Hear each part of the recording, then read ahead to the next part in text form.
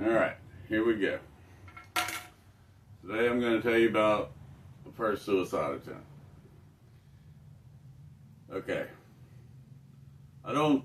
Whenever I start these things, I don't write anything first, I just start. So that's where I'm going with this. Maybe one day I'll start writing it down, but alright.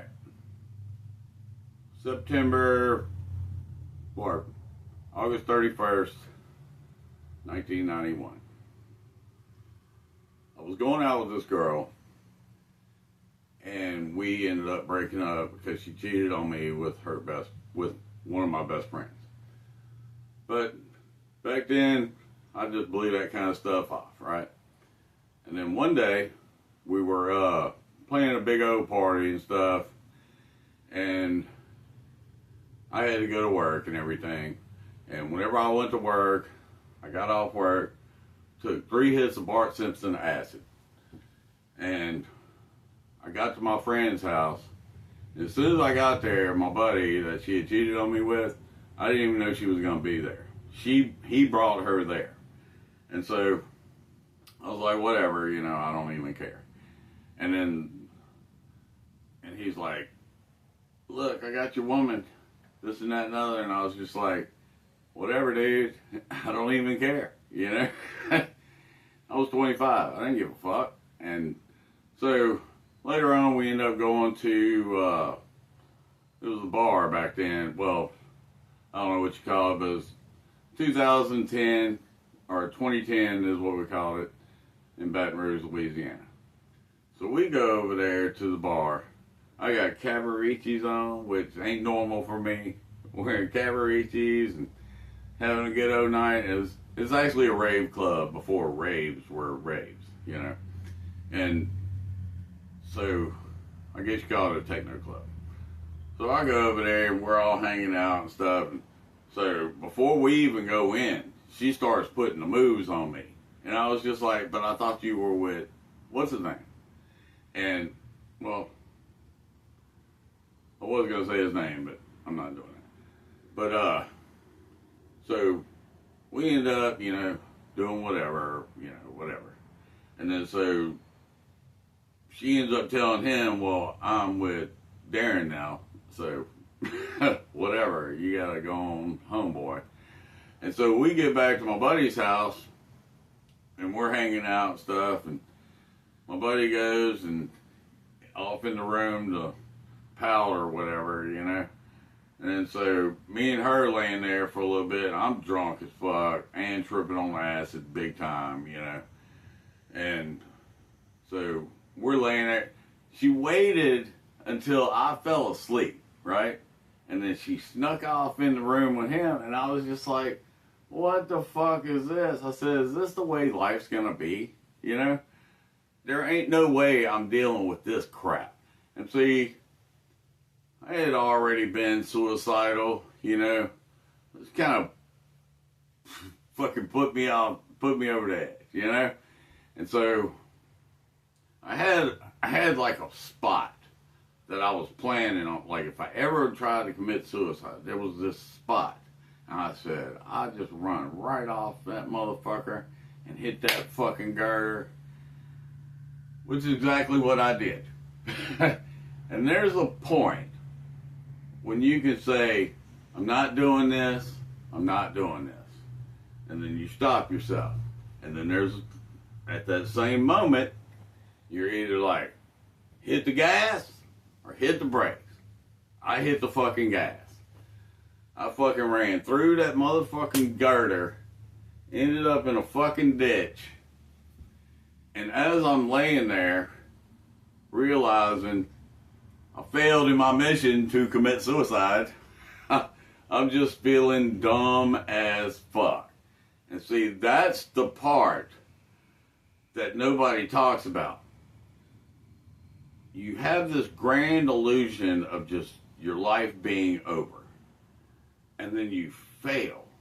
And then now, you got a broken face, broken fucking jaw, fucking head is just big as a fucking basketball, and now you know that you failed.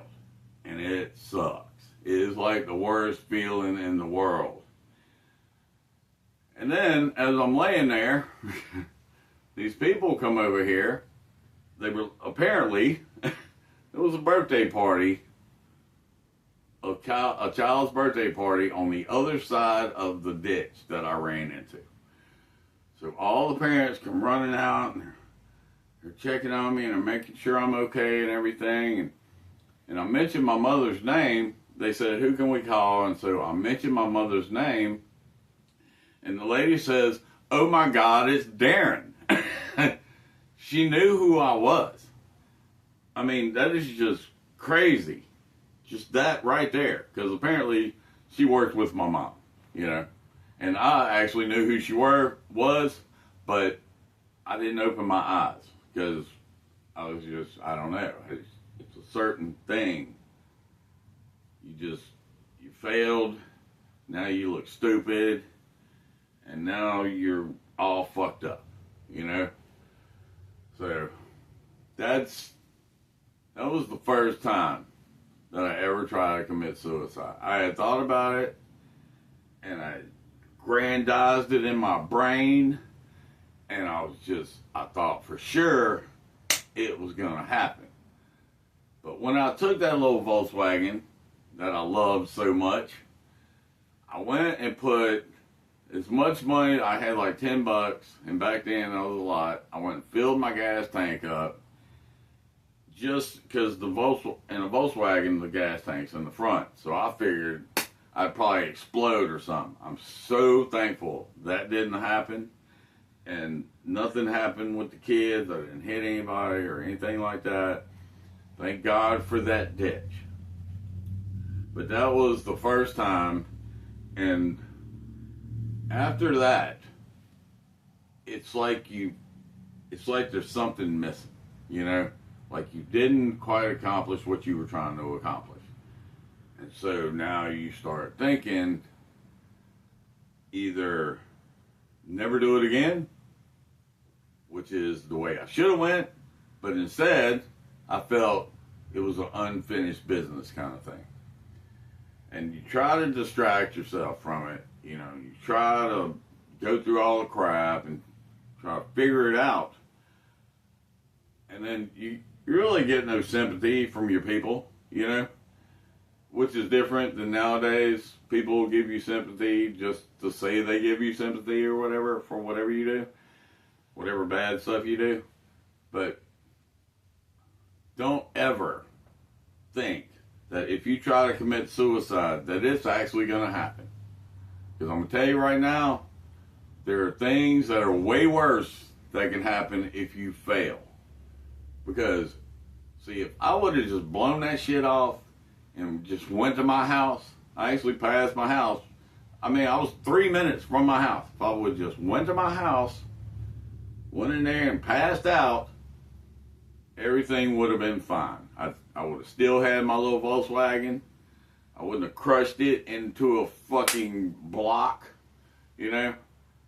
But yeah, that was my first time. And I'm going to be making more videos about other crap and, you know,